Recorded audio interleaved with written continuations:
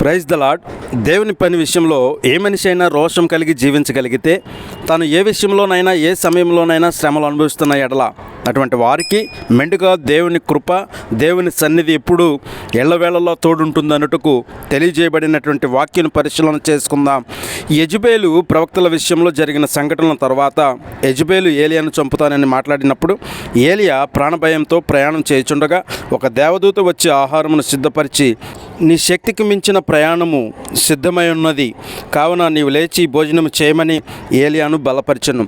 అప్పుడు ఏలియా ఆ భోజనపు బలము చేత 40 రాత్రింబగళ్ళు ప్రయాణం చేసి దేవుని పర్వతమైన హోరేబునకు చేరెను. అదే ఏలియాకు శ్రమకాలంలో కాకోలముల చేత ఆహారాన్ని పంపించి దేవుడు పోషించాడు. అయితే అది కొద్ది దినాలే, కొంత సమయం మాత్రమే. కానీ మనం అలా కాదు, సుదీర్ఘమైన ఖండితమైన ప్రయాణం చేయాల్సి ఉంది. ఆ విలువైన ప్రయాణానికి ప్రతి మనుషుడు ఖచ్చితంగా ప్రతిరోజు జీవాహారాన్ని తీసుకోవాల్సిందే. ఎందుకంటే మనం ఉన్నది ఏలియా కాలం వంటి కాలం కాదు. మనకు కాకోలముల చేత ఆహారం అవసరం లేదు. నిత్యుడైన దేవుడు, పరిశుద్ధుడైన దేవుడు మనకు జీవాహారమై ఉన్నాడు.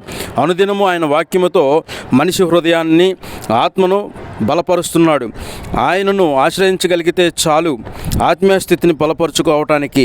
క్రొవ్వు మెదడు దొరికినట్లుగా ఆయన అన్ని వేళలా ఆయన జీవపు వాక్కులతో ప్రతి మనుషుడును జీవింపచేస్తున్నాడు. మనం ఏర్పరచుకున్నటువంటి శ్రమదినాలు దేవునితో ఉండటానికి. సుదీర్ఘమైన ప్రయాణం అంటే ఈ లోకపు జీవితం కాదు, రాబో శాశ్వత కాలం. అనుదినము ఆయన వాక్యంతో తృప్తిపరుస్తున్నాడు. దేవునికి స్తోత్రం.